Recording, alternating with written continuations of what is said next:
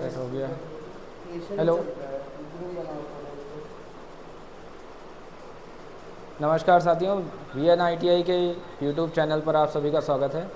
ठीक है, अभी हम लोग सैम्पल पेपर 3 रन करने चल रहे हैं, इसको हल करेंगे हम लोग। टेस्ट स्टार्ट करते हैं। चलिए, जैसा कि हमने पहले भी बताया है कि आपके पास 75 क्वेश्चन टोटल आते हैं पेपर में। ठीक है, जिसमें से 38 क्वेश्चन थ्योरी के रहेंगे, 6 क्वेश्चन आपके कैलकुलेशन एंड साइंस के रहेंगे, 6 क्वेश्चन इंजीनियरिंग ड्राइंग के रहेंगे और उसी तरफ से 25 क्वेश्चन आपके एम्प्लॉयबिलिटी स्किल के रहेंगे। ठीक है, 75 क्वेश्चन होंगे, 150 नंबर का टोटल पेपर होगा और 120 मिनट आपको मिलेगा इसमें। ठीक है, तो हम क्वेश्चन नंबर 1 से शुरू करते हैं। ये ट्रेड थ्योरी का क्वेश्चन है। सबसे पहले देखते हैं क्वेश्चन नंबर 1 क्या है। भागों के अंतर चूड़ियों को मापने के लिए कौन से गेज का उपयोग किया जाता है। ठीक है, तो हमने आपको बताया है कि जो चूड़ियों का माप लिया जाता है उसको किससे लिया जाता है, थ्रेड प्लग गेज के द्वारा। ठीक है, हमेशा थ्रेड यानी कि चूड़ी को इंग्लिश में ही थ्रेड कहते हैं, तो थ्रेड प्लग गेज के अनुसार आप क्या करते हैं, चूड़ियों के अंतर का माप लेते हैं, उनके बीच के अंतर का माप लेते हैं। ठीक है, अगले क्वेश्चन पे आते हैं। ये एक माइक्रोमीटर है। ठीक है, आपको ये माइक्रोमीटर दिख रहा है, इसका ये जो एक्स मार्क है, ठीक है, इसमें हमने बताया था कि माइक्रोमीटर में अलग अलग भाग होते हैं। जैसे ये टैपेट होता है, ये थिम्बल होता है, इसके नीचे स्लीव होती है, ये स्पेंडल होता है, ये हिस्सा फ्रेम कहलाता है और आगे का ये जो छोटा वाला स्पेंडल जैसा हिस्सा है उसे एनविल कहते हैं। ठीक है, तो यहाँ पे एक्स के रूप में दिया गया है कि इस एक्स के रूप में जो चिन्हित किया गया मार्क है इसका क्या नाम है, तो इसका नाम है एनविल। ठीक है, अगले क्वेश्चन में आते हैं। पूछ रहा है कि कौन से रीमर में सबसे लंबा टेपर लीड लगा होता है। ठीक है, आपको हमने बताया है जो रीमर होते हैं वो अलग अलग प्रकार के आते हैं, जैसे socket reamer, adjustable reamer, pilot reamer, ठीक है, मशीन रीमर, हैंड रीमर, अलग अलग प्रकार के रीमर आते हैं। तो कौन सा ऐसा रीमर है जिसमें क्या होता है, ये जो लीड होती है। ठीक है, रीमर आपको मैं बता देता हूं, कुछ ऐसा दिखाई देता है, एक ड्रिल बीट की तरह आकृति रहती है और उसमें ड्रिल बीट की तरह ही बहुत सारे खांचे बने होते हैं, जिससे इसका काम क्या होता है, जो छेद किए जाते हैं, जो छिद्र किए जाते हैं ड्रिल बीट के द्वारा, उन छिद्रों को शुद्ध करना यानी साफ करने की प्रक्रिया रीमर के द्वारा की जाती है। ठीक है, तो जो सॉकेट रीमर होता है आपका, ठीक है, सॉकेट रीमर में क्या होता है कि रीमर के एक छोटे छोटे सॉकेट होते हैं, बहुत सारे रीमर होते हैं अलग अलग साइज के, एक ही लीड स्क्रू में उनको फंसाया जाता है। इस वजह से इसका जो टेपर लीड होती है वो सबसे लंबी होती है। तो यहाँ पे क्वेश्चन क्या बताया था, कौन से रीमर का लंबा टेपर लीड होता है, तो वो हो जाएगा सॉकेट रीमर। नेक्स्ट क्वेश्चन पे आते हैं। क्या कह रहा है, प्लास्टिक कचरा बिन का रंग क्या होता है। ठीक है, तो प्लास्टिक कचरे का जो बिन रंग होता है वो होता है येलो। ठीक है, उसी प्रकार जो कागज वगैरह यूज किया जाता है, जो वेस्ट पेपर यूज किया जाता है, जो वेस्ट पेपर रखा जाता है वो पीले वाले के लिए रखा जाता है, वो सॉरी नीले में रखा जाता है। ठीक है, क्या होता है, जो कागज होता है उसका बिन का कलर कैसा होता है, नीला होता है। ठीक है, और जो प्लास्टिक होता है उसके बिन का कलर क्या होता है, येलो होता है। ठीक है, तो आपका आंसर हो जाएगा येलो। अगले क्वेश्चन पे आते हैं। क्या लिखा हुआ है, लकड़ी फाइल करने के लिए किस फाइल का उपयोग किया जाता है। हमने बताया था आपको कि लकड़ी फाइल करने के लिए अलग एक फाइल आती है जो कुछ ऐसी दिखाई देती है, इसमें कोई अंतर नहीं, इनके दांतों का केवल अंतर होता है, इनमें ट्रायंगुलर दांते लगे होते हैं ऐसे। ठीक है, ऐसे बहुत सारे ट्रायंगुलर दांते लगे होते हैं ऐसे,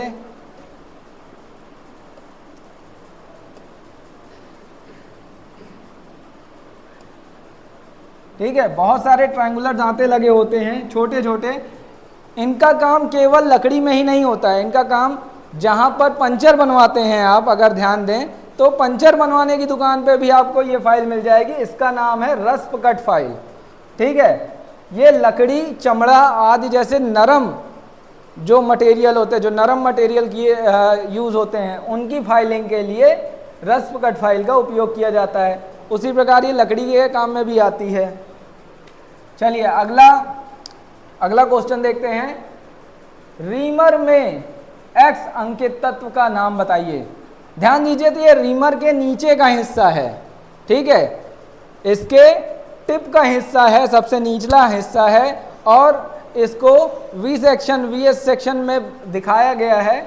तो यहाँ पर पूछा क्या जा रहा है कि ये जो x का मान है, ये जो x निशान लगा हुआ है, इसे क्या कहते हैं। तो हमने बताया था जहाँ भी दांतों का अगला हिस्सा होता है उसे क्या कहेंगे, फेस कहेंगे हमेशा। उसी तरह से ये जो x का निशान होगा उसे फेस कहते हैं। अगले क्वेश्चन पे आते हैं। स्क्रू जैक में किस प्रकार के थ्रेड लगे होते हैं। हमने आपको बताया है थ्रेड में कि 4 तरह के थ्रेड होते हैं, एक्मे थ्रेड, बटरेस थ्रेड, ठीक है, उसके बाद ब्रिटिश थ्रेड, उसके बाद आता है स्क्वायर थ्रेड। ठीक है, स्क्वायर थ्रेड किस में लगता है, स्क्रू जैक में लगता है। क्यों लगता है, क्योंकि जो स्क्वायर थ्रेड होता है उसकी स्ट्रेंथ यानी कि उसकी ताकत बहुत ज़्यादा होती है, उसमें भार उठाने की क्षमता सबसे ज़्यादा होती है, इसलिए स्क्रू जैक में स्क्वायर थ्रेड लगाया जाता है। उसी तरह से जो आपकी वाइस होती है, ठीक है, कभी आपने अगर अपनी बेंच वाइस को भी देखा होगा तो उसमें भी जो स्पिंडल लगा हुआ है उसमें स्क्वायर थ्रेड बना हुआ है। ठीक है, अब अगले क्वेश्चन पे चलते हैं। ये क्वेश्चन बता रहा है what is the name of the part mark x, यानी कि एक्स द्वारा चिन्हित भाग का नाम बताइए। ठीक है, आप अगर ध्यान से देखिए तो ये एक ड्रिल चक का स्पिंडल है, यानी कि ड्रिल चक के ऊपर लगने वाला एक स्पिंडल है। ठीक है, और इस स्पिंडल के इस सीधे हिस्से को क्या कहेंगे हम, इस सीधे हिस्से को कहते हैं आर्बर। ठीक है, इस सीधे हिस्से को आर्बर कहा जाता है। अगले क्वेश्चन पे आते हैं। रिवेट सिर के प्रक्षेपण से बचने के लिए किस रिवेट का उपयोग किया जाता है।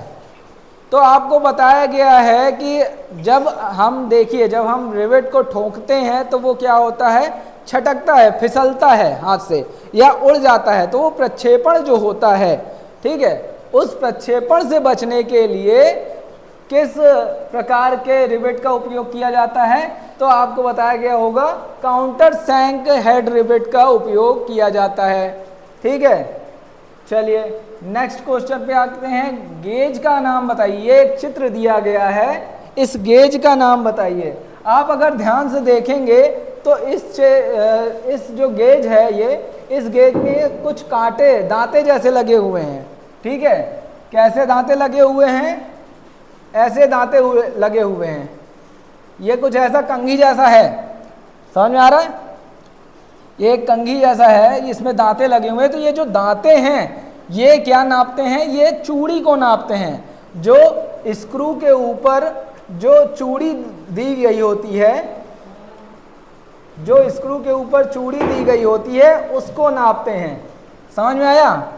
तो इस गेज का क्या नाम हुआ, स्क्रू पिच गेज। ठीक है, यानी कि स्क्रू के चूड़ी का पिच नापता है, इसलिए स्क्रू पिच गेज इसका नाम होगा। अगले क्वेश्चन पे आते हैं। बहुत सरल क्वेश्चन है, पहले भी आ चुका है। ठीक है, क्या है, तीनों में से किस कारण आग लगती है। ठीक है, तीनों में से किसके कारण आग लगती है। यानी कि हमने आपको पहले भी बताया है आग लगने के मुख्य 3 कारण होते हैं, 3 तत्व होते हैं जिनसे मिलके आग लगती है। इसका एक ट्रायंगल बनता है जिसमें सबसे पहले होता है ऑक्सीजन, दूसरा होता है फ्यूल, तीसरा होता है हीट। इन तीनों में से अगर कोई भी एक चीज नहीं रहेगी तो आपकी आग नहीं लगेगी। एग्जाम्पल के तौर पर अगर हम देखें तो ऑक्सीजन हर जगह है, लेकिन अगर अंतरिक्ष में देखें तो ऑक्सीजन नहीं है, वहाँ पर चाहे जितना हीट और फ्यूल रहेगा वो आग नहीं पकड़ेगा जब तक ऑक्सीजन नहीं मिलेगी। ऑक्सीजन ठीक है, उसी तरह से फ्यूल, अगर ईंधन नहीं रहेगा तो कहीं भी आग नहीं लगने वाली है ना। और अगर हीट है, देखिए ठंडियों में देखिए कि आग जलाने में थोड़ी कठिनाई हो जाती है, तो हीट अगर प्रॉपर नहीं होगी, उस टेम्परेचर पर हीट नहीं होगी कि कोई भी सामान जल पाए, ठीक है, तब भी क्या होगा, आग नहीं जलेगी। ये तीन कारण हो गए जिसकी वजह से क्या होता है, आग नहीं जलती है। तो ऑप्शन आपका हो जाएगा ए, ठीक है, फ्यूल, हीट एंड ऑक्सीजन। ठीक, अगले क्वेश्चन पे आते हैं। खराद मशीन में बैक गियर यूनिट का उद्देश्य क्या है? बैक गियर यूनिट का उद्देश्य आपको मैं बताऊं, जैसे गाड़ियों में भी बैक गियर होता है, एक रिवर्स गियर जिसको कहते हो, ठीक है, समझ में आ रहा है। तो बैक गियर का उद्देश्य क्या होता है, इसकी चाल को क्या करना, धीमा करना। जैसे बैक गियर जो आपके गाड़ियों में होता है या ब्रेक का जो काम करता है, ठीक है, डायनेमिक्स ब्रेक जिसको कहते हैं, उनमें भी क्या काम होता है, वो रिवर्स गियर अप्लाई करते हैं और धीरे धीरे गाड़ी रुकना शुरू कर देती है। ठीक है, ये आपके इंजन वाले गाड़ियों में नहीं होता है, ये इलेक्ट्रिक गाड़ियों में होता है। उसी तरह से जब खराद मशीन आती है तो उसके जो बैक गियर होते हैं वो क्या काम करते हैं, स्पिंडल की गति को कम करने के काम में आते हैं। ठीक है, चलिए नेक्स्ट क्वेश्चन पे आते हैं। थ्रेड की प्रोफाइल की जांच के लिए किस गेज का उपयोग किया जाता है? हमने बताया था कि थ्रेड की जो प्रोफाइल यानी चूड़ी की जो प्रोफाइल होती है, यानी कि जो बनावट होती है चूड़ी की, कैसी बनावट होती है, एक मान लो ये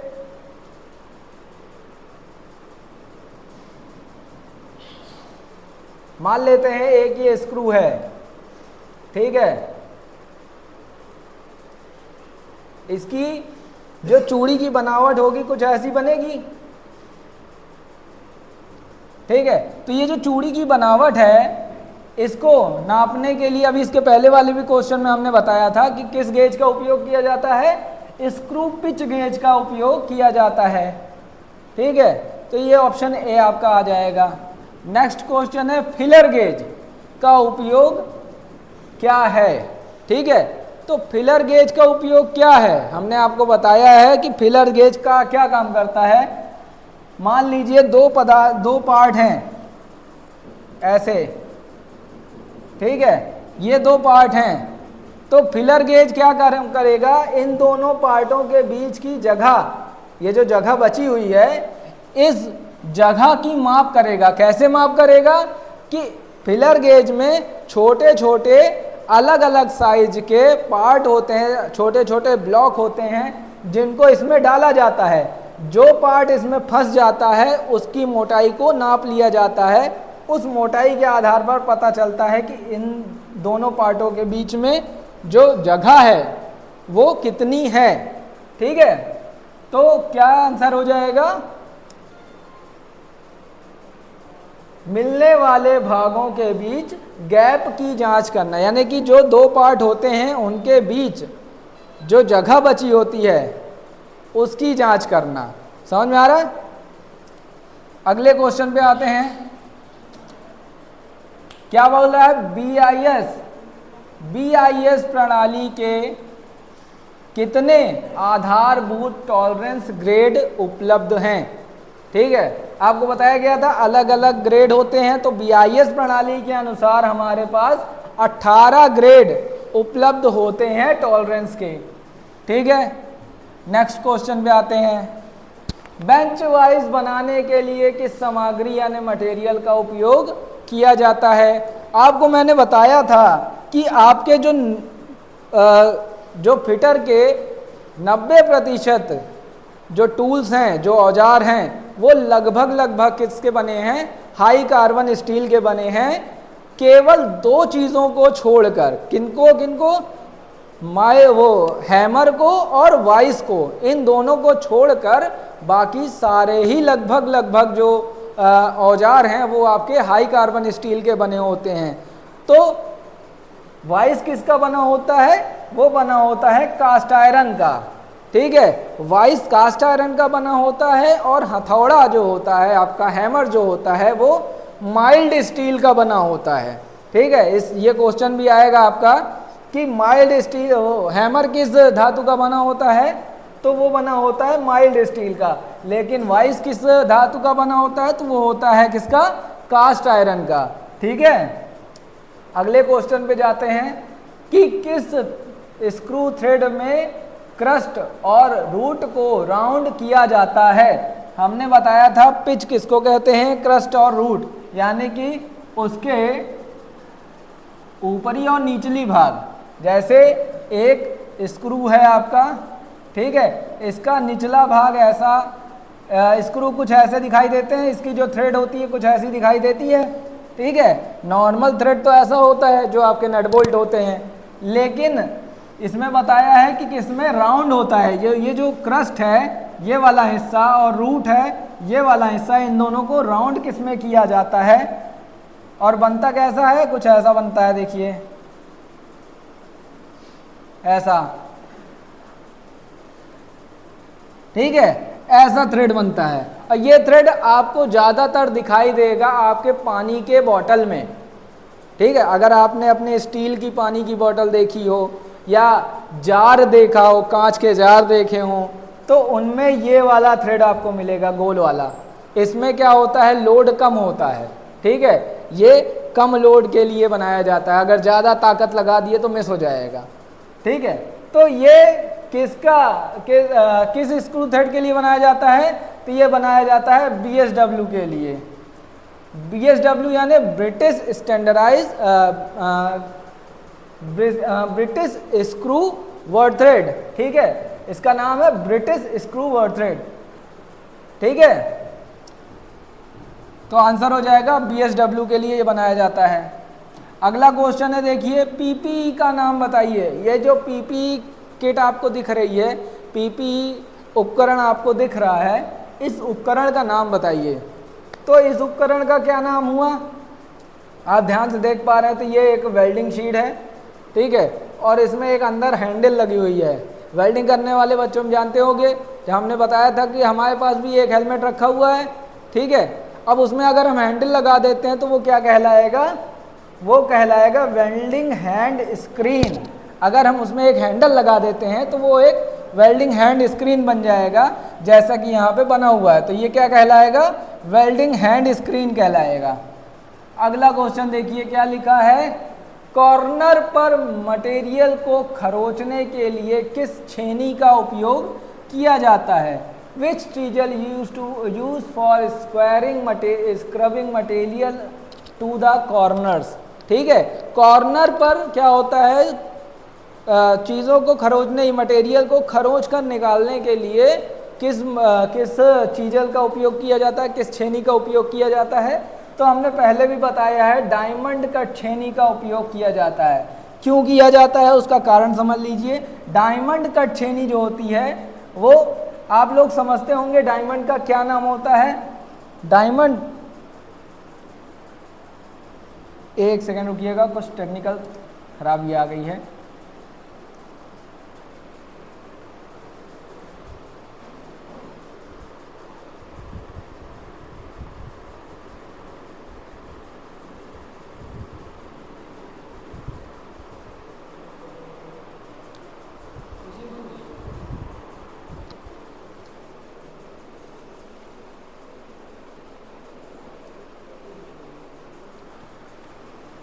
ये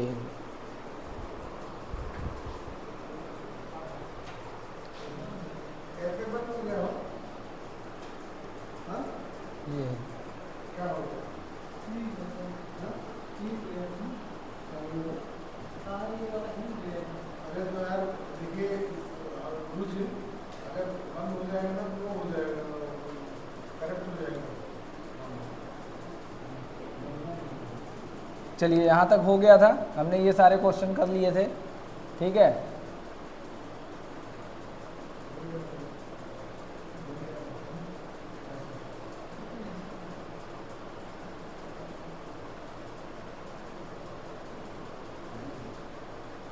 हाँ, तो BSW तक क्वेश्चन हो ही गया था। अगले क्वेश्चन पे देख लेते हैं, हैंड स्क्रीन का भी क्वेश्चन हमने कर लिया था।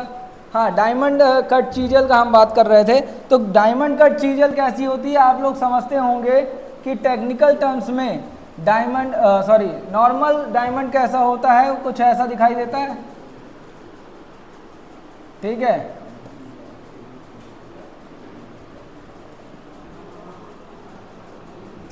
हाँ, नॉर्मल डायमंड कुछ ऐसा दिखाई देता है, ठीक है, ऐसे ही समझते हैं आप लोग। तो ये डायमंड हो गया। लेकिन जब ITI की बात करेंगे, जब टेक्निकल की बात करेंगे, तो डायमंड कैसा दिखाई देता है, ऐसा दिखाई देता है, ठीक है। जब भी डायमंड की बात करेंगे, डायमंड कट की बात करेंगे, तो ये डायमंड कट ITI में या टेक्निकल टर्म्स में यूज किया जाता है, ठीक है। और इस डायमंड कट की वजह से क्या होता है,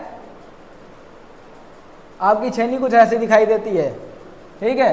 और इस डायमंड कट की वजह से ये जो कॉर्नर है, इसकी वजह से क्या होता है, हम कोने की चीज़ें, जो कॉर्नर की चीज़ें होती हैं, उनको हम आसानी से खरोच पाते हैं।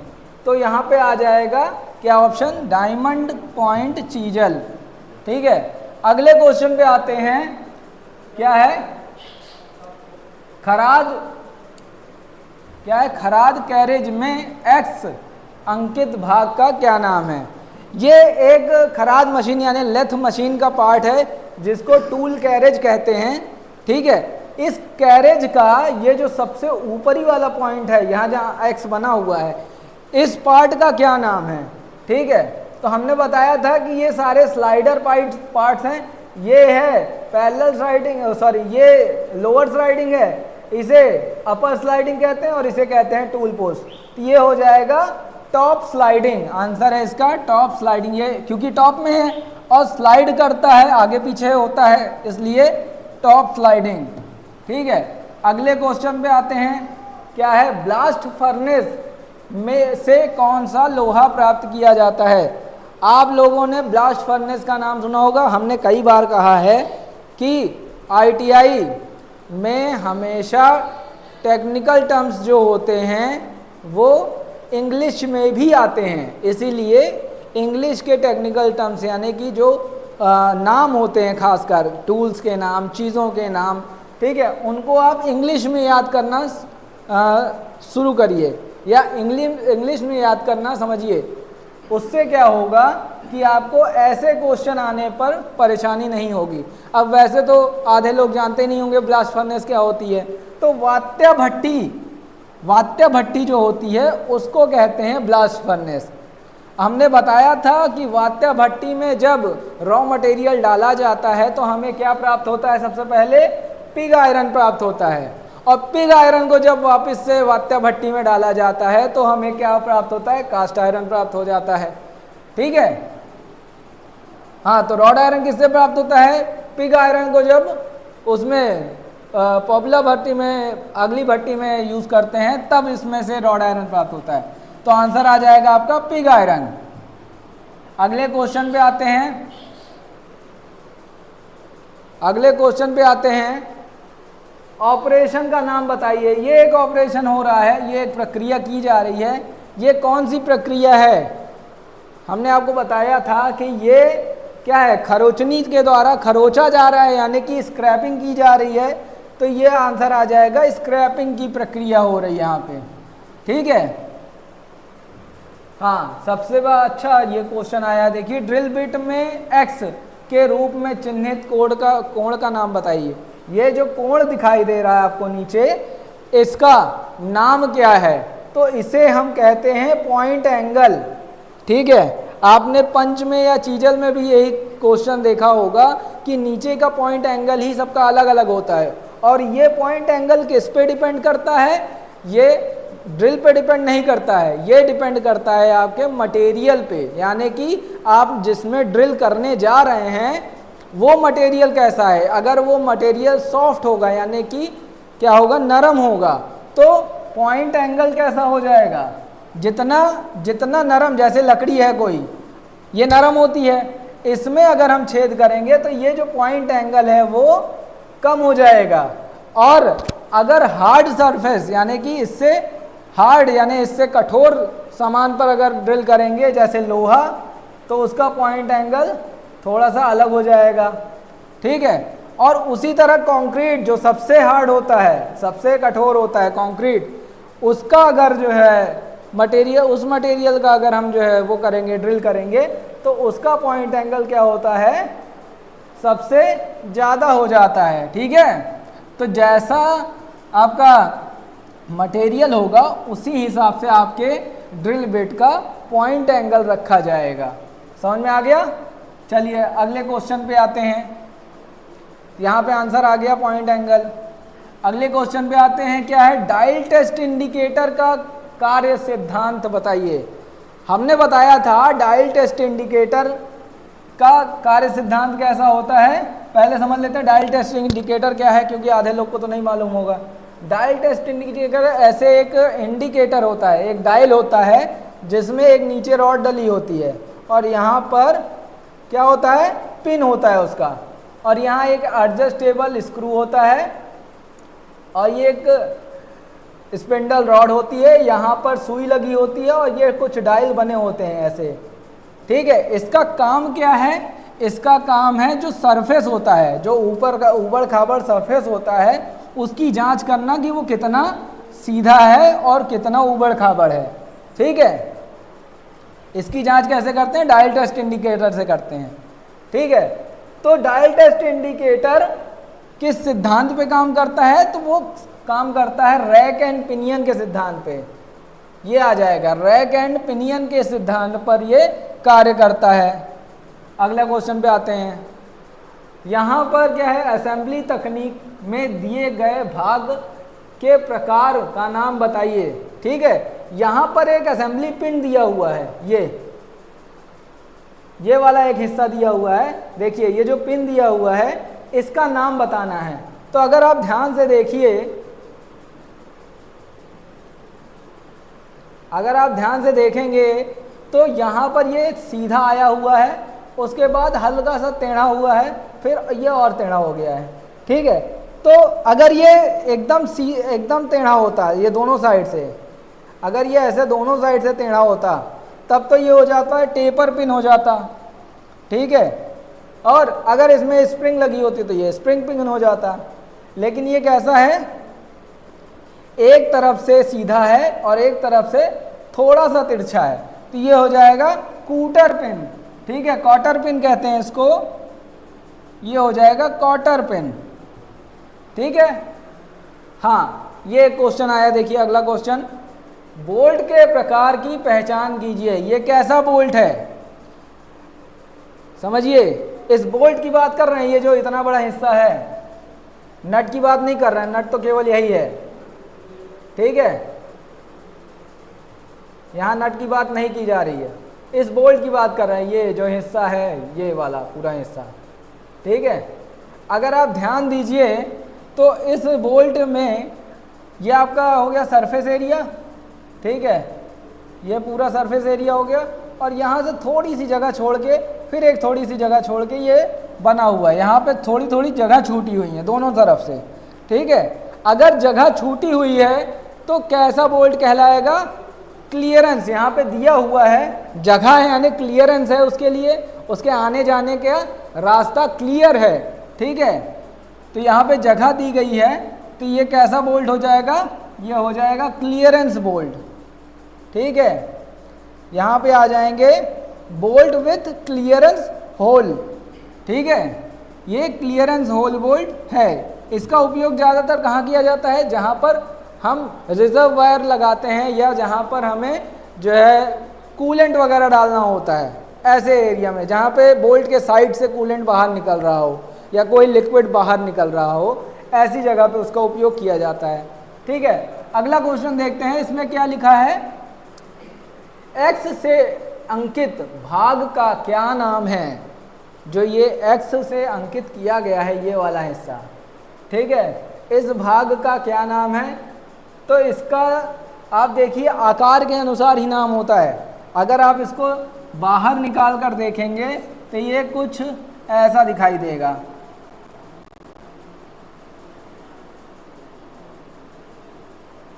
ठीक है, ये कुछ ऐसा ही दिखाई देगा। तो इसके शेप के, इसके काम के अनुसार ही इसका नाम पड़ता है। ज़्यादातर फिटर में जितने भी पार्ट के नाम दिए गए हैं वो उनके काम के या उनकी शक्ल के अनुसार ही दिए गए हैं। ठीक है, तो ये किसके तरह दिखाई दे रहा है? एक मुकुट की तरह दिखाई दे रहा है, हाँ, क्राउन की तरह दिखाई दे रहा है। तो ये हो जाएगा आंसर। इसमें क्या है? Crown wheel. ये एक व्हील है जो क्राउन की तरह दिखाई दे रहा है, तो हो जाएगा आंसर क्राउन व्हील। ठीक है। What is the principle of micrometer? Micrometer का क्या सिद्धांत है? ठीक है, माइक्रोमीटर का सिद्धांत बहुत सिंपल होता है, हमने आपको बताया है। माइक्रोमीटर किस सिद्धांत पे काम करता है? नट और बोल्ट के सिद्धांत पर काम करता है। ठीक है, हमने इसको पहले ही बताया आपको। तो ये क्या होता है? नट और बोल्ट के, स्क्रू और बोल्ट के सिद्धांत पर काम करता है। अगला क्वेश्चन देखते हैं। वर्नियर बेवल प्रोटेक्टर का कौन सा भाग मापते समय झुकी हुई सतह से संपर्क रखता है?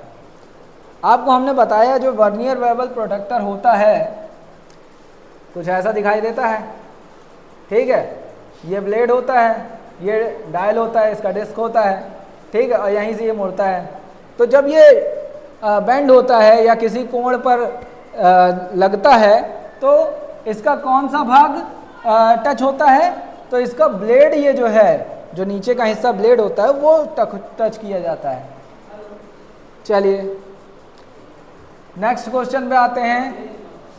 विच material is resistant to many type of acid? ठीक है, कौन सा धातु कई प्रकार के अम्लों का विरोध करता है, प्रतिरोध करता है? यानी कि कौन सा ऐसा धातु है जिन पर मटेरियल यानी कि वो अम्ल का यानी एसिड का कोई भी असर नहीं होता है? तो कौन सा ऐसा धातु है? भाई लोहे पे तो जंग लग जाती है, लोहा पिघल भी जाता है। ठीक है, एल्यूमिनियम पे अगर जो है पारा ही गिर जाए तब भी वो खराब हो जाएगा, उसमें जंग लग जाएगी। ठीक है, उसका ऑक्साइड बनने लगेगा।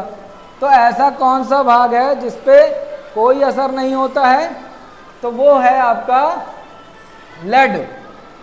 लेड जो है, लेड जो होता है वो आपको देखिए ध्यान से, तो लेड किस में पाया जाता है? बैटरी में पाया जाता है।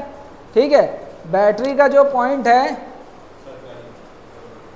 तो उनका ब्लड का जो पॉइंट है उसमें एसिड ही डाला जाता है। ठीक है, बैटरी में एसिड ही डाला जाता है। ठीक है, तो उससे क्या कहेंगे फिर? हाँ जी, ये मटेरियल है उसको क्या कहेंगे? लेड कहेंगे। लेड क्योंकि वो बैटरी में भी यूज़ होता है, और ध्यान देंगे तो उसमें हर तरह का मटेरियल या हर तरह का एसिड उसमें डला होता है। ठीक है, तो अगला क्वेश्चन पे आते हैं। हाँ, यहाँ पर क्या बताया जा रहा है? आयताकार ट्रे बनाने में उपयुक्त नॉच का क्या नाम है? इस आयताकार ट्रे को बनाने में जो नॉच यूज की गई है उसका क्या नाम है? तो उसका नाम है स्क्वायर नॉच। ठीक है, ये एक अच्छा क्वेश्चन आया है। देखिए क्या बता रहा है कि एक्स के रूप में चिन्हित भाग का नाम बताइए। ये जो एंगल दिखाया जा रहा है, ये जो झुकाव दिखाया जा रहा है, ये जो झुकाव है, इस झुकाव का जो है एंगल हमें बताइए कि क्या एंगल है, क्या नाम है। ठीक है, ये कौन सा एंगल है? तो इसे कहेंगे नेगेटिव रैक एंगल। पहली बात तो ये रैक है क्योंकि ये आगे की तरफ बढ़ेगा, फेस की तरफ से बना हुआ है, और ये आगे की तरफ झुका हुआ है, इसलिए इसका एंगल क्या हो जाएगा? नेगेटिव हो जाएगा। अगर ये पीछे की तरफ झुका होता तो ये हो जाता पॉजिटिव। ठीक है, लेकिन ये क्या है? आगे की तरफ हल्का सा झुका हुआ है, इसलिए इसका जो नाम पड़ेगा वो हो जाएगा नेगेटिव रैक एंगल। अगले क्वेश्चन पे आते हैं। स्क्रू थ्रेड में एक्स के रूप में चिन्हित भाग का नाम बताइए। देखिए ये दो चिन्ह दिखाई दे रहे हैं, एक्स के रूप में चिन्हित है, एक एरो ऊपर से, एक एरो ऊपर से, एक एरो नीचे से। तो ये जो गैप बना हुआ है, इस गैप का नाम बताना है आपको, ठीक है। ऊपर का ये जो थ्रेड वाला भाग है, ठीक है, इसको क्या कहेंगे, यहाँ से यहाँ तक के भाग को पिच कहते हैं। लेकिन यहाँ से अगर नीचे जाएंगे आप तो इसको क्या कहेंगे, डेप्थ कहेंगे, गहराई कहेंगे। किसकी गहराई है, थ्रेड की गहराई है ये। तो स्क्रू के जो चूड़ी होती है उसकी गहराई है ये, इसलिए इसका नाम हो जाएगा डेप्थ, ठीक है। ये जो एक्स के रूप में जगह दिखाई दे रही है, ये क्या है, डेप्थ है। अगला पॉइंट, वर्नियर माइक्रोमीटर का अल्पक मान क्या होता है, ठीक है। चाहे जैसा भी माइक्रोमीटर हो, उसका अल्पक मान क्या होगा, हमेशा 0.001 mm होगा, ठीक है। उसकी लिस्ट काउंट जो होगी तो 0.001 mm होगी, ठीक। असेंबली में कौन सा बोल्ट वर्कपीस के बीच अपेक्षा चालक को रोकता है। मतलब अगर कोई बोल्ट है, कोई पार्ट है जो चल रहा है, ठीक है, कोई पार्ट है जो आपस में घिस रहा है या चल रहा है, तो उसके बीच में अगर कोई बोल्ट लगा हुआ तो वो कैसा बोल्ट होगा, जो उस चाल को रोकेगा। समझ में आया। जो दो पार्ट हैं जो मूवेबल पार्ट हैं, मूवेबल पार्ट यानी कि हिल रहे हैं वो पार्ट, आपस में इधर उधर हो रहे हैं, तो ऐसा कौन सा बोल्ट हम लगाएंगे जिससे ये चाल रुक जाए, ठीक है। तो वो कौन सा बोल्ट होगा, बॉडी फिट बोल्ट होगा, यानी कि एकदम जकड़ा हुआ बोल्ट होगा। बॉडी को फिट, बॉडी के फिट के अनुसार, जो जिसका बॉडी का जितना होल है और जितनी लंबाई या गहराई है, उसी के हिसाब से जो बोल्ट लगाया जाएगा वही इस चाल को रोक पाएगा, ठीक है। तो आंसर हो जाएगा बॉडी फिट बोल्ट। अगला क्वेश्चन देखते हैं, एल्यूमिनियम धातु का रंग क्या होता है। आपको पता ही होगा, एल्यूमिनियम आपके आसपास भी दिखाई देता है, तो वो किस रंग का होता है, चांदी के कलर से थोड़ा सा और हल्का कलर होता है उसका, यानी कि सफेद की तरफ उसका कलर होता है। तो क्या आंसर आ जाएगा, वाइट, ठीक है। देखिए ब्लूइश ग्रे क्या होता है, गैल्वेनाइज स्टील होता है।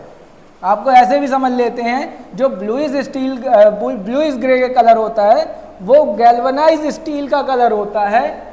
ब्राइट वाइट जो होता है, तो ब्राइट वाइट को कोई मेटल आता ही नहीं है, ठीक है। डल वाइट का भी मेटल नहीं आएगा। जो वाइट है वो एल्यूमिनियम का होता है। तो एल्यूमिनियम क्या बताया, एल्यूमिनियम धातु का कलर कैसा होता है, सफ़ेद होता है, ठीक है। अगले क्वेश्चन पे आते हैं। ये एक प्रक्रिया की जा रही है, देखिए, इस शीट मेटल ऑपरेशन का नाम बताइए। ये एक शीट मेटल ऑपरेशन है। अब इसका नाम आपको बताना है, क्या हो रहा है यहाँ पे। तो यहाँ पर आप अगर ध्यान दें तो ग्रूव काटा जा रहा है, ठीक है, ग्रूविंग हो रही है। तो इसका आंसर हो जाएगा ग्रूविंग, ठीक है। Grooving, notching, folding, bending.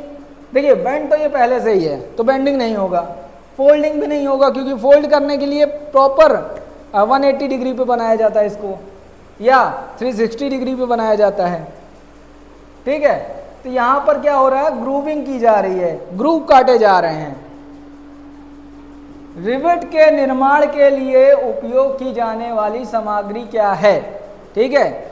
यानी कि रिवेट बनाने के लिए कौन से मटेरियल का उपयोग किया जाता है। तो हमने बताया है कि रिवेट जो होता है वो नरम धातु का बनता है, ताकि उसको ठोकने या फिट करने में आसानी होती है, ठीक है। तभी तो उसको आसानी से मोड़ा या मरोड़ा जा सकता है।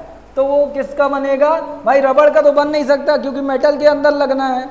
रबड़ का बनेगा, खराब हो जाएगा 2 मिनट में, ठीक है। हार्ड स्टील का बन नहीं सकता, क्योंकि उसको फिर शेप देने में, यानी आकार देने में, फिट करने में परेशानी होगी, फिट ही नहीं हो सकता। सिंथेटिक का बनेगा ही नहीं।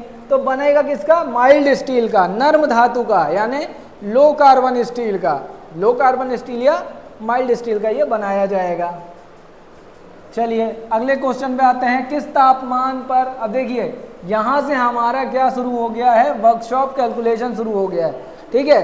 थ्योरी का क्वेश्चन हमने पूरा कर लिया है। अब है ये वर्कशॉप कैलकुलेशन का क्वेश्चन। तो क्वेश्चन नंबर 1 हम लोग देख लेते हैं। क्या है? किस तापमान पर ठोस द्रव में पिघल जाता है? कौन सा तापमान है जिस पर ठोस क्या होता है, द्रव में पिघल जाता है? क्वेश्चन में ही आंसर छुपा हुआ है। देखिए, पिघल रहा है यानी मेल्टिंग हो रही है, तो क्या हो जाएगा? Melting point. मेल्टिंग पॉइंट पर कोई भी मटेरियल क्या होता है, कोई भी सॉलिड क्या होता है, मेल्ट होने लगता है। ठीक है, चलिए क्या बोला है अगला क्वेश्चन? एमकेएस प्रणाली में एम अक्षर क्या दर्शाता है? आप लोगों को बताया गया है कि प्रणाली जो होती है, जो यूनिट होता है, वो 2 प्रकार का होता है। एक होता है ब्रिटिश प्रणाली और दूसरी होती क्या? मैट्रिक प्रणाली। ठीक है, ब्रिटिश प्रणाली यानी FPS की प्रणाली और मैट्रिक प्रणाली यानी कि MKS या CGS की प्रणाली। मैट्रिक प्रणाली में 2 प्रणालियां आती हैं, MKS प्रणाली और CGS प्रणाली, और ब्रिटिश प्रणाली में एक प्रणाली आती है FPS की प्रणाली। तो इनके जो ये कोड हैं, इन्हीं के अनुसार इनका नाम भी होता है। जैसे ब्रिटिश प्रणाली में F का मतलब होता है फुट, P का मतलब होता है पाउंड और S का मतलब होता है सेकंड यानी समय। फुट लंबाई को मापता है, पाउंड क्या होता है? भार को मापता है, और समय सेकंड समय को नापता है। उसी तरह से MKS में क्या होगा? MKS में लंबाई मापने के लिए क्या यूज करेंगे? मीटर।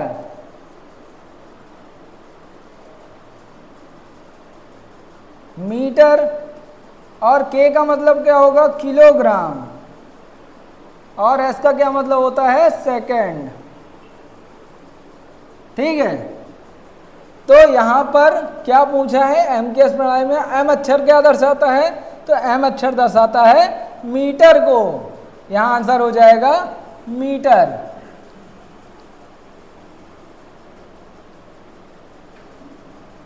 ठीक है,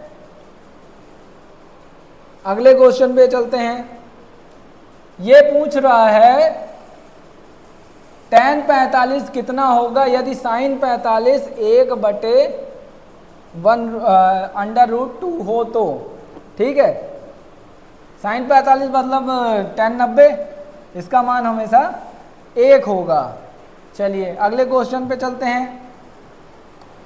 वस्तु में निहित पदार्थ की मात्रा क्या कहलाती है? तो वस्तु में निहित पदार्थ की मात्रा को कहते हैं द्रव्यमान, उसका भार। ठीक है, अगला देखते हैं क्या है? शक्ति आउटपुट और शक्ति इनपुट का अनुपात क्या होता है, मतलब क्या कहलाता है? ठीक है, आप अगर कोई डिवाइस देखो तो उसमें एक इनपुट होता है, एक आउटपुट होता है। ठीक है, तो इनपुट कितना जा रहा है और आउटपुट कितना निकल रहा है, उसके अंतर को क्या कहेंगे? हम क्या कहेंगे? उसके अंतर को कहेंगे एफिशिएंसी, दक्षता। ठीक है, हाँ, ये एक क्वेश्चन है। देखिए 529 का वर्गमूल क्या होता है? हमने पिछले पेपर में भी निकलवाया था, पिछले सैंपल में पेपर में भी निकलवाया था कि अगर आपको वर्गमूल नहीं निकालना आ रहा है, मान लो, ठीक है, कुछ लोगों को नहीं आता है, तो एक बहुत सरल तरीका है वर्गमूल निकालने का कि जो क्वेश्चन आ रहे हैं उन्हीं से गुणा कर दो। जैसे 23 का हम करके देखते हैं, ये आता है कि नहीं। ठीक है, तो 23 गुणे 23, 3 त्रिक का 9, ठीक है, 3 दूनी 6, काट दिए, 3 दूनी 6 और 2 दूनी 4। अगर ऐसे इसको जोड़ देंगे तो 9, ठीक है, 6 दूनी 12 की 2 और 4 1 5, ऐसे भी आ जाता है आंसर। ठीक है, तो आंसर हमारा ये आ गया 529। आंसर कितना सही हो गया? ये सही हो गया। ठीक है। 23 का वर्गमूल हो जाता है। टूल का नाम बताइए, अगला क्वेश्चन है, देखिए इंजीनियरिंग ड्राइंग पे हम पहुंच गए हैं अब। ठीक है, अब इसके 6 क्वेश्चन हम करेंगे। क्या है? टूल की पहचान बताइए, ये कौन सा टूल है? फिटर वाले अच्छे से जानते होंगे ये क्या है, ट्राई स्क्वायर है। ठीक है, गुनिया है। यहाँ पर क्या आ जाएगा, ट्राई स्क्वायर, बढ़ई की गुनिया। देखो बढ़ई की गुनिया में स्टॉक और ब्लेड अलग अलग दिखाई देता है। जो हमारे पास गुनिया है, जो हमारे पास ट्राई स्क्वायर है, वो क्या होता है, वो ऐसा एक एल के शेप में सिंपल पेपर है, सिंपल है। ठीक है, लेकिन इसमें अलग अलग दिखाए हुआ है, स्टॉक अलग है और ब्लेड अलग है। यहाँ पर क्या आ जाएगा आंसर, ट्राई स्क्वायर। अगले क्वेश्चन पे आते हैं, ये भी ड्राइंग का पेपर है। एसआई मानक के अनुसार कौन सा ड्राइंग आयाम सही है? ठीक है, ड्राइंग आयाम के बारे में बताया गया। आयाम का मतलब होता है कि ये हिस्सा, ये जो आपको देख रहे हैं, जो नाप आप लिखते हैं, मान लो आपने एक ये बनाया है बॉक्स, ठीक है, उसका आयाम जब आप लिखते हैं तो इसको कैसे लिखा जाता है? ये जो आप लिखते हैं इसी को आयाम कहते हैं। तो आयाम का सबसे पहला नियम क्या है कि एक सीधी रेखा होनी चाहिए। उसके बाद ये जो तीर का निशान है ये सभी जगहों पर बराबर होना चाहिए, एक जैसा होना चाहिए। ठीक है, कम ज़्यादा नहीं होना चाहिए। और हमेशा जो तीर है उसके ऊपर इसका नंबर डाला होना चाहिए। अब जैसे यहाँ है तो यहाँ के इस हिस्से के बाएं तरफ यानी अंदर की तरफ हमेशा होगा और इस हिस्से के भी बाएं तरफ ही लिखा जाएगा। ठीक है, ऐसे ये इस जो हमने नाप लिखा है इसे कहते हैं आयाम। तो जो ऐसा आईएस है, जो आईएस मानक है आपके, उसके अनुसार कौन सा आयाम इसमें से सही है, तो बता दें कौन सा आयाम सही है। देखिए इसमें सब में जैसा हमने बताया है कि एक सीधी लाइन है, एक समान तीर का निशान है और सब पे ऊपर ही इसके नंबर लिखे गए हैं। अगले पे देखते हैं तो इन सब में नीचे लिख दिए गए हैं, इसमें ऊपर लिख दिए गए हैं। इसमें ऊपर की तरफ है, इसमें ऊपर की तरफ है, इसमें नीचे की तरफ है। इसमें ऊपर की तरफ है लेकिन इतना बड़ा तीर लगा हुआ है, इसमें नीचे की तरफ है, इसमें ऊपर की तरफ है। देखिए तीर का निशान बड़ा हो गया है, साइज़ छोटी हो गई है। तो अलग अलग नहीं होना चाहिए, ये जो तीर हैं ये एक समान सभी में होने चाहिए। ठीक है, तो आपका आंसर ए सही हो जाएगा। चलिए अगले क्वेश्चन पे आते हैं। सामग्री के पारंपरिक प्रतीक को पहचानिए। ये जो प्रतीक दिया हुआ है, ये जो निशान दिया हुआ है, ये किसको प्रदर्शित करता है? तो ये कंक्रीट को प्रदर्शित करता है हमेशा। ठीक है, चलिए ये स्पैनर कैसा है? आपको हमने स्पैनर पढ़ाया है। स्पैनर कितने प्रकार के होते हैं? अलग अलग तरह के होते हैं। Open head spanner, round spanner, adjustable spanner, multi spanner, ठीक है, सॉकेट स्पैनर भी होते हैं। तो अलग अलग स्पैनर होते हैं। ये कैसा स्पैनर है? आप अगर ध्यान से देखें तो यहाँ पे इसका मुंह जो है वो खुला हुआ है। ठीक है, मुंह खुला हुआ है और दोनों साइड है, तो यहाँ पर हो जाएगा ओपन एंड स्पैनर। ठीक, एक और चीज़ समझ लेते हैं, इससे रिलेटिव क्वेश्चन है कि ये जो स्पैनर आप देख रहे हैं तो ये किसी एंगल पे, ऐसे किसी एक एंगल पे लगा हुआ है। इसके जो हैंडल है उससे एक एंगल पर ये बना हुआ है। ठीक है, तो ये एंगल कितना होता है? ये होता है 15 डिग्री का एंगल। हमेशा ये क्वेश्चन आ भी सकता है, आप लोग ध्यान रखिएगा। क्वेश्चन क्या आएगा? ये दिए गए स्पैनर में जो ये एंगल दिया होता है ये 15 डिग्री का, कितने डिग्री का होता है? तो ये हमेशा 15 डिग्री का एंगल होता है। और ये क्यों दिया जाता है? ताकि संकरी जगहों पर क्या है, जहाँ पर जगह नहीं है वहाँ पर भी आसानी से क्या हुआ, बोल्ट को टाइट या लूज किया जा सके। ठीक है, संकरी जगहों पर काम किया जा सके उसके लिए इसमें क्या होता है, ये 15 डिग्री का कोण दिया जाता है, ये जो एंगल दिया गया है। ठीक है, चलिए इसका आंसर तो हो गया ओपन एंड स्पीकर स्पैनर। अगले क्वेश्चन पे आते हैं। हाँ, ये अभी इससे पहले वाले क्वेश्चन में हमने देखा कि मानक कैसा होता है, होना चाहिए। इसमें पूछा गया है मानक के अनुसार कौन सा तीर शीर्ष सही है। तो इसमें से कौन सा तीर सही है, ये लंबा वाला, ठीक है। आंसर आ जाएगा सी।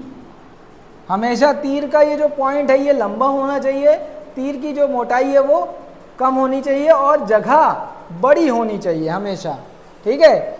दोनों तीरों के बीच में ये जो लाइन है इसकी जगह, इसकी लाइन, इसका लंबाई क्या है, बड़ी होनी चाहिए, ठीक है। तो आंसर हो जाएगा सी। बहुत अच्छा क्वेश्चन है। ये देखिए, इस टूल का नाम बताइए, ये कौन सा टूल है। अगर आप ध्यान से देखें तो ये एक हैमर दिख रहा है, ठीक है, लेकिन ये कौन सा हैमर है। ये अगर आप इन लाइनों को ध्यान देंगे तो ये पता चलेगा कि ये लकड़ी से बना हुआ हैमर है।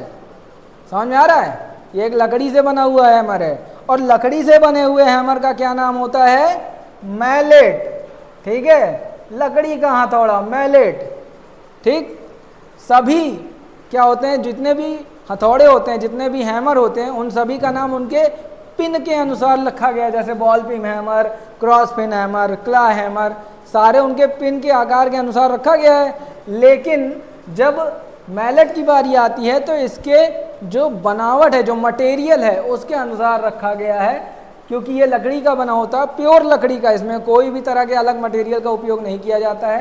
तो हमेशा इसका क्या होता है, ये प्योर लकड़ी का बना होता है और इसको मैलेट कहते हैं। ये किस कैटेगरी में आता है, ये आता है सॉफ्ट हैमर की कैटेगरी में, ठीक है। अगर पूछा जाए कि मैलेट किस कैटेगरी में आता है तो वो आता है सॉफ्ट हैमर की कैटेगरी में। चलिए अगला क्वेश्चन देखते हैं, क्या है। सफलता प्राप्त करने के लिए, ये आ गया आपका, देखिए एम्प्लॉयबिलिटी का क्वेश्चन, ठीक है। एम्प्लॉयबिलिटी का पहला क्वेश्चन है ये। तो ये क्या है, सफलता प्राप्त करने के लिए कौन सा आवश्यक लक्षण नहीं है, इनमें से कौन सा लक्षण जरूरी नहीं है सफलता प्राप्त करने के लिए। अगर तो इनमें से कौन सा लक्षण नहीं होना चाहिए, आत्मविश्वास होना चाहिए। भाई आत्मविश्वास रहेगा तभी तो आप आगे बढ़ पाएंगे। इंटीग्रिटी होनी चाहिए, लगन होनी चाहिए, ठीक है। कमिटमेंट होना चाहिए, जो आप कह दें वो आप करना है आपको, ये कमिटमेंट होना चाहिए। क्या नहीं होना चाहिए, अनएथिकल वर्क, ठीक है। अनैतिक कार्य, अनैतिक कार्य मतलब किसी को चाकू भोंक दो, ठीक है, समझ में आया। किसी को गाली दे दो, किसी से बदतमीजी से बात कर लो, ये है अनैतिक, अनएथिकल वर्क, ठीक है। तो ये नहीं करना चाहिए। अगला देखिए, निम्न में से कौन सी वेबसाइट नौकरी खोजने के लिए लोकप्रिय नहीं है। इनमें से कौन सी वेबसाइट है जो नौकरी खोजने के लिए नहीं है। सुरेश भी है, नौकरी भी है, लिंक्डइन भी है, लिंक्डइन पर भी लोग नौकरी खोजते हैं। कौन सी नहीं है, ट्विटर नहीं है, ट्विटर पे लोग ज़्यादातर राजनीतिक भाषाएं करते हैं और कुछ नहीं करते, ठीक है। तो राजनीतिक बातें जब करनी होती हैं तो ट्विटर का लोग यूज़ करते हैं। तो किस पे नौकरी नहीं खोजी जा सकती है, ट्विटर पे नौकरी खोजी नहीं जा सकती है। चलिए, वैसे तो लोग खोज भी लेते हैं, अब किसी को भी मिल जाए, लेकिन वैसे इसका मोस्टली यूज़ नहीं होता है, लोकप्रिय नहीं है। क्वेश्चन आते हैं अगले पे। कारखानों के अनुसार 1948 कैंटीन कारखानों में उपलब्ध कराए जाना चाहिए यदि श्रमिक कितने अधिक हों। मतलब ये एक प्रस्ताव आया था, ये एक जो है फैसिलिटी है जो फैक्ट्री में दी जाती है, ठीक है। तो कितने अधिक कारीगर यानी कि कितने अधिक आपके श्रमिक हैं कि आपको कैंटीन की फैसिलिटी दी जानी चाहिए। कम से कम होने चाहिए 250 से 1000 भी होते हैं, उसके ऊपर जितने भी होंगे, ठीक है, कम से कम 250 होने चाहिए, ठीक है। तो 250 अगर होंगे तो आपको कंपनी आपको फैसिलिटी यानी खाने की फैसिलिटी आपको प्रोवाइड कराएगी। अगला क्वेश्चन आते हैं, ये कंप्यूटर का क्वेश्चन है। देखिए, आपके रिज्यूमे के मुख्य शीर्षकों को रेखांकित करने के लिए किस शॉर्टकट कुंजी का उपयोग किया जाता है? अगर हिंदी में नहीं समझ में आया तो एक बार इंग्लिश में पढ़ लेते हैं। Which shortcut key use to underline the main heading of your resume. ठीक है, यानी कि जो अंडरलाइन होती है, यानी कि मान लो हमने कोई शब्द लिखा, ठीक है, मान लो हमने की लिख लिया, शॉर्टकट की लिख लिया,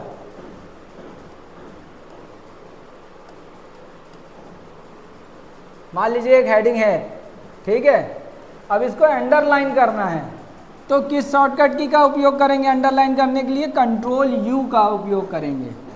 ठीक है, कंट्रोल यू का उपयोग करेंगे। जब आप माइक्रोसॉफ्ट वर्ड पर आप अपना रिज्यूम बनाते हैं तो कंट्रोल यू करने पर क्या होता है? अंडरलाइन हो जाती है उस शब्द के आगे। ठीक है, शब्द के नीचे अंडरलाइन हो जाता है। अगला क्वेश्चन है द एक्सपेंस ऑफ वैन इज, यानी वैन का विस्तार क्या है, यानी फुल फॉर्म क्या है? एक्सपेंस भी आता है कभी कभी, तो फुल फॉर्म क्या है इसका? तो वैन का फुल फॉर्म है वाइड एरिया नेटवर्क। ठीक है, आंसर हो जाएगा क्या? Wide area network.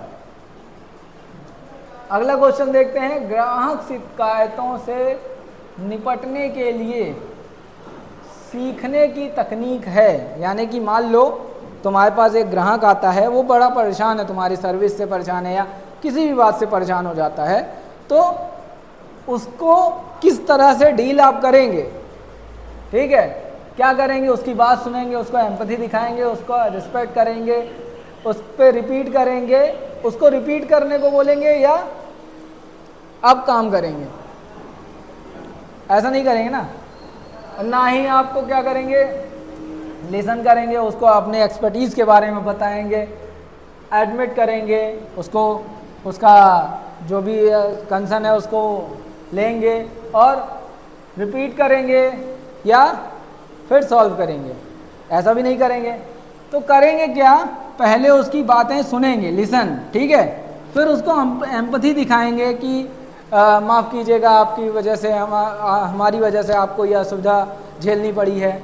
ठीक है, अपॉलॉजी करेंगे कि परेशान मत होइए, हम आपकी जो है पूरी सहायता करेंगे, माफ़ करते हैं, माफ़ी चाहते हैं कि हम आपके लिए ये सुविधा नहीं उपलब्ध करा पाए, या जो भी होगा, जो भी कंसर्न होगा उसका, उससे रिलेटेड उससे बात करेंगे, उसको एम्पैथी दिखाएंगे कि हमें आपकी तकलीफ़ समझ में आ रही है।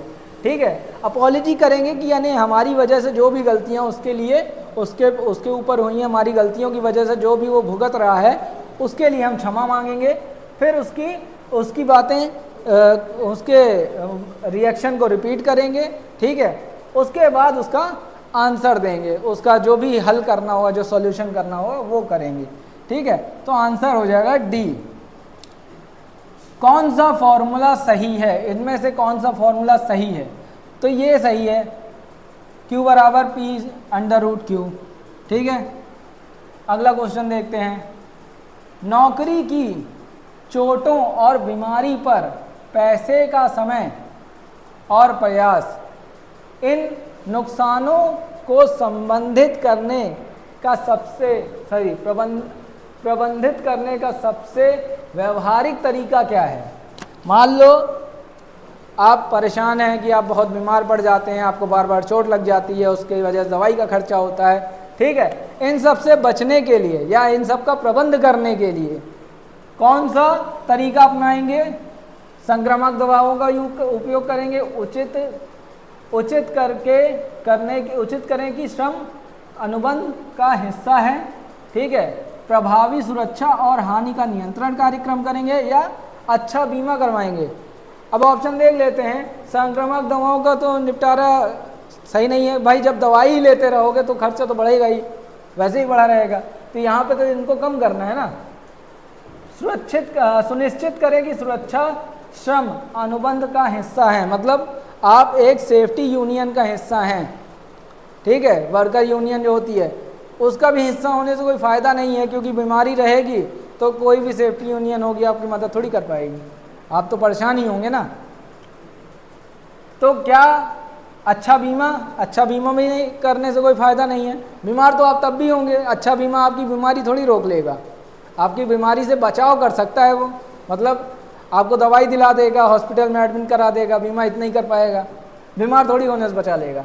तो यहाँ पर आंसर आ जाएगा सी, प्रभावी सुरक्षा, यानी कि काम करते समय ज़्यादा से ज़्यादा सुरक्षा और हानि नियंत्रित कार्यक्रम, यानी कि जिससे हमारा नुकसान, हमारे सामान का नुकसान या आसपास के जगह का नुकसान ना हो, ऐसा कार्यक्रम करना चाहिए।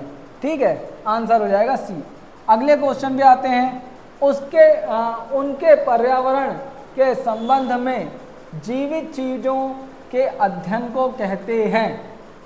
इनमें से जीवित चीज़ों का अध्ययन, यानी कि पर्यावरण का और जीवित चीज़ों का जो अध्ययन होता है उसे, देखो पर्यावरण को इकोसिस्टम कहते हैं, ठीक है, इन्वायरमेंट या इकोसिस्टम, ठीक है।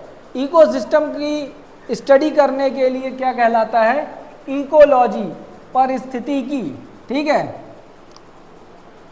क्या हो जाता है, इकोलॉजी हो जाता है। चलिए, आईएसओ के लिए बड़ा है, किसके लिए बड़ा है, आईएसओ खड़ा है, किसके लिए खड़ा है, इंटरनेशनल ऑर्गेनाइजेशन स्टैंडर्डाइजेशन के लिए आईएसओ खड़ा होता है, यानी कि आईएसओ जिम्मेदार होता है। चलिए, क्या है, पर्यावरण को बचाने के लिए 3 आर हैं, यानी कि इन 3 आर हैं, देखिए सारे ही आर दिए हुए हैं, यानी एस से, जैसे 5S होता है, 5S में 5S होते हैं, ठीक है, वैसे ये 3 आर हैं। 3 आर किस लिए यूज़ किया जाता है, पर्यावरण को सुरक्षित रखने के लिए या पर्यावरण को बचाने की कोशिश करने के लिए 3 आर यूज़ किया जाता है। तो 3 आर में क्या क्या आता है, रीयूज आता है, रिसाइकिल आता है और रिजर्व आता है, ठीक है। कैसे आता है 3 आर, 3 आर, पहला आर क्या होता है, रीयूज,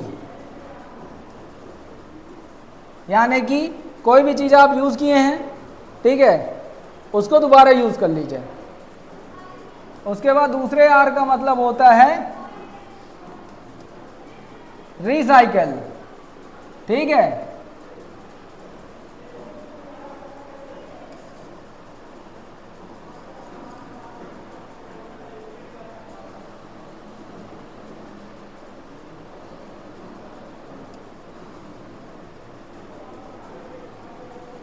अरे CL ही होता है यार, रिसाइकल, ठीक है, समझ लीजिएगा। और तीसरे आर का मतलब होता है रिजर्व, ठीक है, मतलब रीयूज, रिसाइकल और रिजर्व। रीयूज यानी जो सामान आप यूज़ कर रहे हैं उनको दोबारा से जितनी बार हो सके उतनी बार यूज़ करते रहें। रिसाइकल का मतलब है कि जब वो यूज़ करने लायक ना रहें तो उनको रिसाइकल कर दें, ठीक है, यानी कि उनको फिर से बनाएं और फिर से यूज़ करें। और रिजर्व यानी कि जो जितना हो सके उतना सामान को बचाकर कम खर्चे में उसको यूज करना है, ठीक है, रिजर्व का मतलब होता है। तो यहाँ पर सी हो जाएगा, रिजर्व, रीयूज और बी हो जाएगा, यहाँ पे ABC उल्टे में लिखा हुआ है, ठीक है, रिड्यूस, रिसाइकल और रीयूज, कम खर्च करें, ठीक है। यहाँ पर ये रिड्यूस हो जाएगा, कम खर्च करें और जितना खर्च करें उसे दोबारा खर्च करने की कोशिश करें, और जब वो काम करने लायक ना रहे तो उसे रिसाइकल कर लें, ठीक है। आंसर हो जाएगा सी आपका।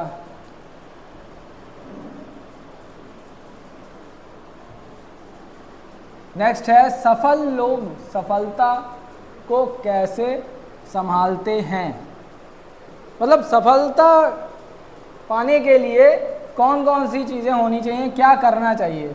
वे अपनी महत्वाकांक्षाओं को त्याग देते हैं, दूसरों को दोष देते हैं, वे अपनी गलतियों से सीखते हैं, वे डीमोटिवेट हो जाते हैं। मतलब सफलता पाने के लिए लोग क्या करते हैं, सफलता जो जिनको मिल जाती है, जो सफलता पाने वाले लोग होते हैं, वो करते क्या हैं? तो महत्वाकांक्षाओं को तो छोड़ नहीं सकते। अगर महत्वाकांक्षाओं को छोड़ देंगे, यानी अपने इच्छा को ही ख़त्म कर देंगे, तो वो विकास ही नहीं कर पाएंगे। ठीक है, दूसरों को दोष देते हैं। दूसरों को अगर दोष देंगे तो वो दूसरों को दोष देने में ही रह जाएंगे, अपने ऊपर ध्यान नहीं दे पाएंगे, तो वो भी नहीं करते हैं। अपनी गलतियों से सीखते हैं। ठीक है, वो क्या करते हैं, अगर उन्होंने कोई गलती कर दी है, मान लो हम एक सामान बनाते हैं और सामान में कुछ गलत रह गया है या उसमें कुछ कमी रह गई है, तो क्या करते हैं, उनसे सीखते हैं और उनको अगले सामान में सुधारते हैं। ठीक है, तो आंसर हो जाएगा सी, वे अपने गलतियों से सीखते हैं और आगे उनको सुधारते हैं। अगला है, तेज और धीमा चलने वाला वह भाव दर्शाइए। ठीक है, तेज और धीमा चलने वाला भाव क्या है?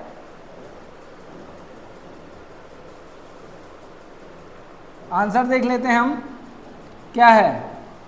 डिफेंसिव, आत्मविश्वास और ब्रॉडम और अनसिक्योरिटी। ठीक है, मतलब जो धीमा और तेज और धीमा चलता है, ठीक है, उसका स्वभाव कैसा होता है? ठीक है, उसका भाव कैसा होता है? तो वो आत्मविश्वासी होता है। ठीक है, तेज चल रहा है, जहाँ भी कॉन्फिडेंस है वहाँ तेज चल रहा है। ठीक है, जहाँ धीमा चलना चाहिए वहाँ धीमा चल रहा है, तो अपने हिसाब से चल रहा है, तो वो आत्मविश्वासी होता है। इसलिए अब यहाँ पे इंग्लिश के कुछ क्वेश्चन आ गए हैं। क्या बता रहा है? व्हेन, शब्द व्हेन प्रदर्शित करता है, किसको प्रदर्शित करता है? व्हेन यानी कब, कब यानी कि किस टाइम पे। ठीक है, तो वो टाइम का यूज कर रहा है, यानी कि समय को प्रदर्शित कर रहा है व्हेन। समझ में आया? व्हेन क्या करता है? समय को प्रदर्शित करता है। समझ लेते हैं एक बार कैसे क्वेश्चन होते हैं। व्हेन, वेयर, व्हाट और वाई और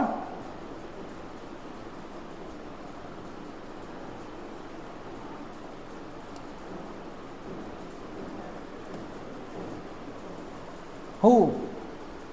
इतने तरह के होते हैं, और भी तरह के होते हैं। हाउ होता है, हाउ मैनी होता है। ठीक है, हाउ भी लिख लेते हैं, चलो।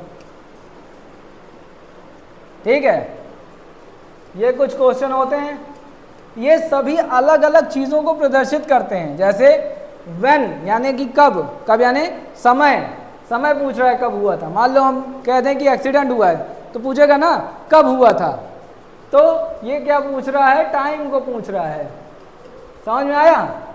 व्हेन टाइम को दर्शाता है। वेयर, वेयर यानी कहाँ हुआ था, वेयर यानी कहाँ, तो कहाँ हुआ था ये क्या बता रहा है? जगह को बता रहा है। ठीक है, ये क्या बता रहा है? प्लेस को बता रहा है। ठीक, व्हाट, व्हाट यानी क्या। अब ये क्या बता रहा है? ये किसी सामान, किसी चीज या किसी पर्सन की बात कर रहा है, तो यह किसी भी चीज की बात कर सकता है। तो ये हो गया मान लो थिंग, वस्तु। व्हाट हमेशा क्या करता है? वस्तु को प्रदर्शित करता है, वस्तु को दर्शाता है। वाई, वाई यानी क्यों। मान लो उसने एक्सीडेंट कर दिया, तो क्यों कर दिया। ठीक है, यहाँ पर रीजन यानी कारण का जो है कारण को दर्शा रहा है। ठीक है, रीजन को दर्शाता है, कारण को दर्शाता है। भाई क्यों कर दिया। हु यानी कौन, तो यहाँ पे किसी पर्सन को दर्शा रहा है। भाई कौन आया, कौन गया। ठीक है, यानी कोई इंसान ही होगा या कोई जानवर होगा मान लो। ठीक है, तो किसी व्यक्ति को या किसी पर्सन को ये दर्शाता है। उसी तरह से हाउ, हाउ किसको दर्शाता है? संख्या को दर्शाता है। जैसे हाउ मैनी, हाउ मच, कितना हो गया, तो ये संख्या को दर्शाता है।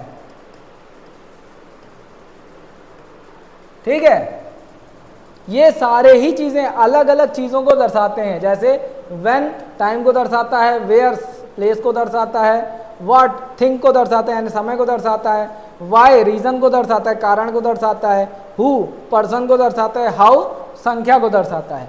ठीक है, तो यहाँ पर पूछा गया है शब्द व्हेन को दर्शाता है, किसको दर्शाता है, तो ये समय को दर्शाता है। ठीक है, अगले क्वेश्चन पे आते हैं। कचरा शब्द के लिए इस्तेमाल किया जाने वाला नाम क्या है? वर्ड वेस्ट के लिए इस्तेमाल किया जाने वाला नाम क्या है? तो ये है मूरी। मूरी जो शब्द होता है वो वेस्ट के लिए यूज़ किया जाता है। चलिए अगला देखते हैं, ये कंप्यूटर का क्वेश्चन आ गया है। देखिए, सभी डिजिट की गई फाइल, डिलीट की गई फाइल, हम पढ़ने में दिक्कत हो रही है, सभी डिलीट की गई फाइल कहाँ स्टोर की जाएंगी? अगर मान लो कोई फाइल आपने डिलीट कर दी है तो वो कहाँ संग्रहित होती हैं, कहाँ स्टोर की जाती हैं? तो वो स्टोर की जाती हैं रिसाइकल बिन में। ठीक है, जब यहाँ से डिलीट कर दोगे तो वो परमानेंट डिलीट हो जाएगी। चलिए अगला क्वेश्चन पे आते हैं। कारखानों अधिनियम के तहत महिलाओं के काम करने का समय प्रतिबंधित है।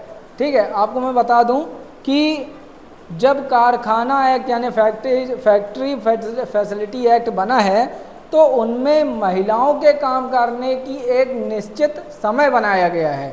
ठीक है, क्या निश्चित समय है कि सुबह 6 बजे से पहले और सुबह 6 बजे से पहले वो काम नहीं कर सकती हैं और शाम को 7 बजे के बाद उनको काम करने की अनुमति नहीं होती है फैक्ट्री में। ठीक है, क्यों? और भी कई सारी घटनाएं होती हैं, बहुत सारी घटनाएं हुई हैं, इसलिए अधिनियम ये लगाया गया है कि महिलाओं की सुरक्षा को ध्यान में रखते हुए क्या कहा गया है, सुबह 6 बजे से पहले या शाम को 7 बजे से पहले उनको छोड़ देना है। ठीक है, ये आंसर हो जाएगा आपका सी। चलिए, which is the silent letter in the word answer? मतलब आंसर में कौन सा अक्षर है जो साइलेंट होता है यानी कि जो छुपा हुआ होता है? यहाँ पे हिंदी में भी दिया है, आंसर शब्द में कौन सा मुख्य अक्षर है? तो अक्षर है W। अभी आप आंसर बोलते हैं तो आंसर W आप बोले ही नहीं। ठीक है, तो W हो जाएगा क्या? मुख्य अक्षर यानी कि साइलेंट अक्षर हो जाएगा, साइलेंट लेटर। ठीक है, अगले क्वेश्चन पे आते हैं। जब हम किसी नए शहर में जाते हैं तो इनमें से कौन सा खर्च होता है? आपने ध्यान दिया होगा, जब भी आप, भाई बहुत से लोग बाहर रहते भी हैं, तो उसमें सबसे पहला खर्च क्या होता है? क्या होता है पहला खर्च? वो होता है रेंट ऑफ एन एकोमोडेशन यानी कि एक आवास का किराया। मान लो जब आप बाहर शहर में काम करने जाते हैं, आपकी नौकरी लग गई, आप गए, तो सबसे पहला जो आप खर्च करेंगे वो क्या करेंगे? एक रेंट पर कमरा लेंगे, तो वो हो जाएगा आपका सबसे पहला खर्च। तो यहाँ पे वही पूछा है कि जब आप किसी शहर में जाते हैं तो इनमें से कौन सा खर्च करते हैं? तो इनमें से कौन सा खर्च करेंगे आप? पहले आप कमरा लेंगे। ठीक है, चलिए, fill in the blanks with present progressive tense of the verb.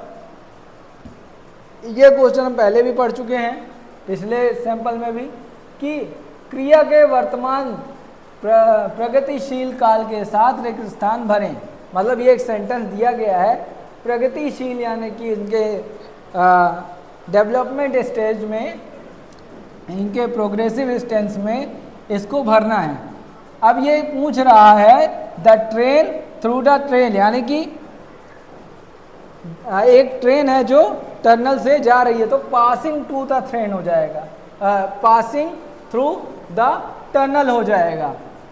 तो टोटल आ जाएगा क्या? The train is passing through the tunnel, यानी कि एक ट्रेन क्या है, टनल से यानी सुरंग से गुजर रही है। ठीक है, प्रोग्रेसिव स्टेज में ना गुजरने घुसी और आगे की तरफ निकलती चली जा रही है, तो प्रोग्रेसिव स्टेज में हो जाएगा। चलिए, एक अच्छी बिक्री पिच के 4P प्रॉमिस, अब जैसे हमने अभी पहले बोला था 5S था, 3R था, अब यहाँ पे 4P है, तो 4P में से 4P तो यहाँ है प्रॉमिस, पिक्चर और पिच।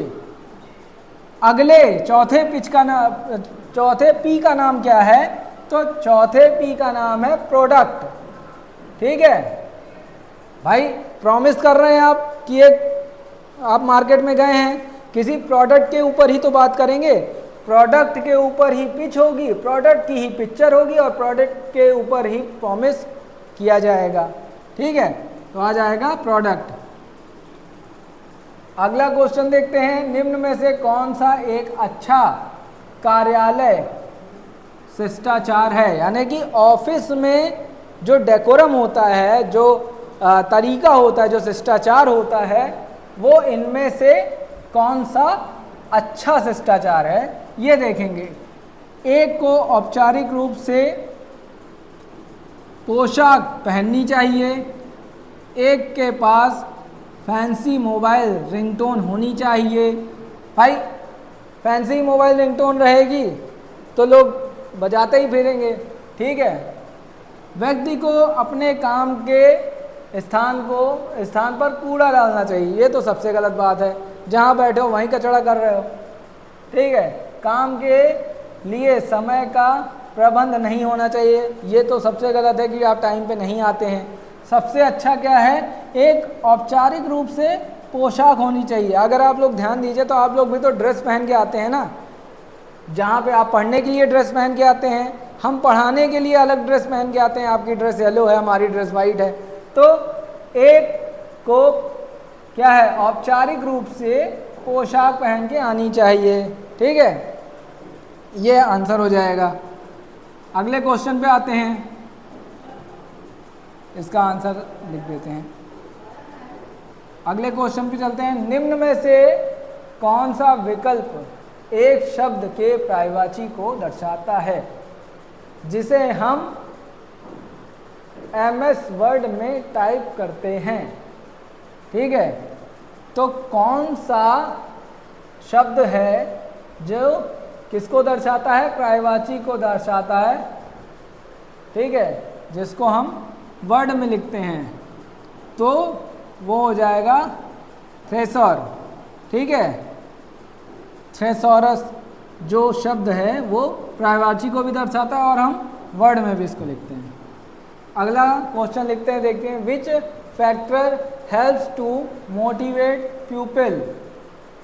लोगों को मोटिवेट, यानी कि कौन सा कारक है जो लोगों को मोटिवेट करने में मदद करता है, तो कौन सा कारक है, इन चारों में से कौन सा कारक होगा, ध्यान की कमी, आत्मविश्वास की कमी, घबराहट ना होना, ले ऑफ डिस्ट्रक्शन। तो घबराहट का ना होना, नर्वसनेस ना होना। भाई मोटिवेशन क्या करता है, अगर आपको कोई मोटिवेट कर रहा है तो आपके अंदर घबराहट कम होगी, यानी कि आपके वो घबराहट को ही कम कर रहा है, नर्वसनेस को कम कर रहा है। तो क्या होगा, मोटिवेशन करने में क्या मदद करता है, नर्वसनेस का ना होना। चलिए अगले क्वेश्चन पे चलते हैं। हाँ, कार्यबल की सुरक्षा के लिए इनमें से किसके द्वारा कई श्रम और औद्योगिक कानून स्थापित किए गए हैं, किसके द्वारा किए गए हैं, कार्यबल की सुरक्षा के लिए, वर्क फोर्स के लिए कई क्या हैं, कई श्रम और औद्योगिक कानून स्थापित किए गए हैं, तो वो सरकार की वजह से हुआ है। ठीक है, चलिए नेक्स्ट, 75 क्वेश्चन पूरे हो गए आपके। ठीक है, अब यहाँ से हम कर देंगे डन, 75 क्वेश्चन पूरे, अभी हो जाएगा फिनिश। ठीक, अब देखिए इसमें बता भी रहा है कि 55 क्वेश्चन सही हैं और 2 क्वेश्चन गलत हैं। ठीक है, बाकी हमने अभी उसमें नहीं किए थे, लाइट चली गई थी। तो ये आपका आज का सेट कंप्लीट होता है। अब इसके बाद अगली क्लास हमारी चलेगी सेकेंड ईयर की। ठीक है, धन्यवाद।